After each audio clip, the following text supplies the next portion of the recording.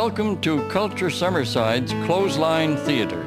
We have been waiting for you to tune in to hear tales of Prince Edward Island, a place of history and some mystery.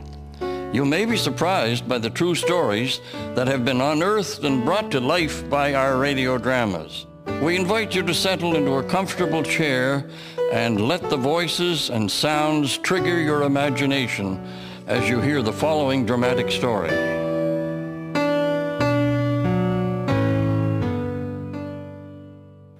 When Queen Elizabeth II ascended to the throne upon the death of her father in 1952, the town of Summerside, Prince Edward Island, was a service center for the surrounding agriculture and fishing communities and the military air base. The port was busy with the coming and going of ships, most of which transported the top-quality, island-grown seed potatoes to various world markets.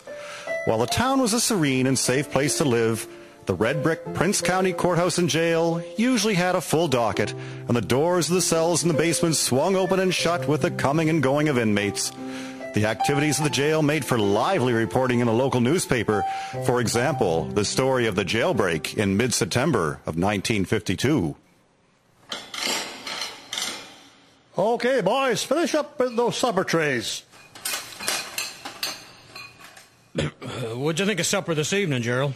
Oh, it was good, Thane. You can't fault the meals in the Prince County Jail, eh, Jim? Yeah, Pony's Diner sends us over a regular fine spread. Well, it's good, but not like my missus. Well, I like it when it comes from Clovies myself. Andy's just pretty good, too. Yeah, it's all good when we ain't paying. Just wish they didn't serve fish on Fridays. The bunks ain't bad either, but 5 to a cell, that's getting crowded. You know, when I was growing up, we'd be happy to have only 5 to a bedroom.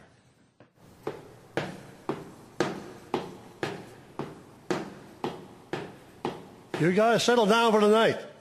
And now have some consideration for the other inmates. No problem. After all, you're the boss. And don't you forget it, Austin Smith.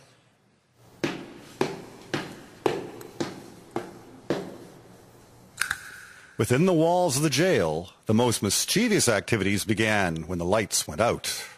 Think it's a good night to go out on the town, boys? Oh, yeah, if only, George MacDonald.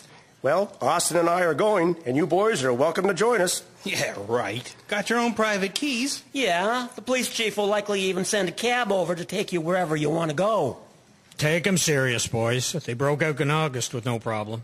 Simple as pie, wasn't it, Austin? Get out. You never. They did. Broke a lock on the door, and that got them into a room with a window, and they were off. Where did they catch you? They didn't. We returned voluntarily. Are you joking? What'd you come back for? Well, because this fun part is seeing if we could escape. It got you another 6 months in the slammer. Sounds like fun to me. What in the heck were you serving time for in the first place? Being drunk got me 15 days. What were you in for, George? Taking a joyride in the police patrol. Earned me 3 months of free living. What'd you get for that break? They haven't sentenced me yet, so who's it on tonight's break? In a few days, I'll be home with the missus, and nothing's going to mess that up. What about you, Jim and Gerald? You want for some fun? Well, you can count me out. Me too. I have to be out of here for potato picking. So how you going to do it, boys? We're going to saw some bars off the cell, then off one of the windows. Ooh, you think you can saw through those steel bars? Well, the quality of the steel used in the doors is pretty easy to cut through. The government is always trying to save money. Suppose you think a butter knife will do the job? Give us more credit than that, Thane. We've got it figured out. There's always a way to get what's needed in and out of jail. See how simple it is? The boys sawed through 3 bars, just enough to squeeze through while the others looked on. We need to hurry. The next guard check is only 10 minutes away. Quick, put the pillows under the covers to look like we're sleeping. Come on, guys, let's hit the sack. We don't want to look like we had any part in this.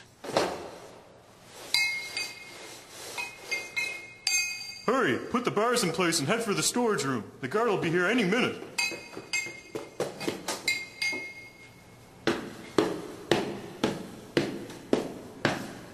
I thought we'd be able to hear our hearts pounding. Get down to the end of the corridor and start working on the bars on the window. We only have till the next check. That's enough, George. We can get through now. Let's beat it.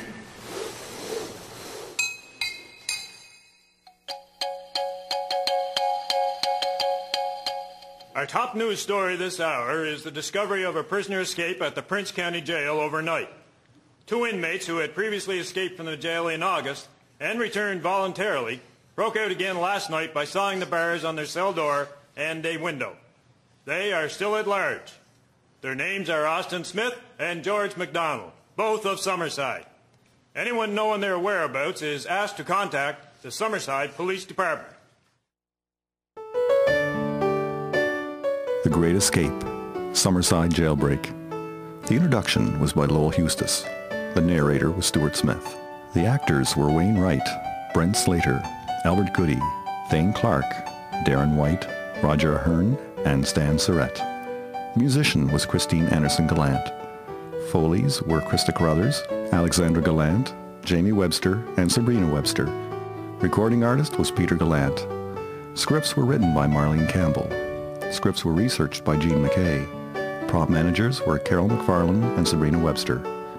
The production was brought to you by Culture Summerside through the support of Canadian Heritage.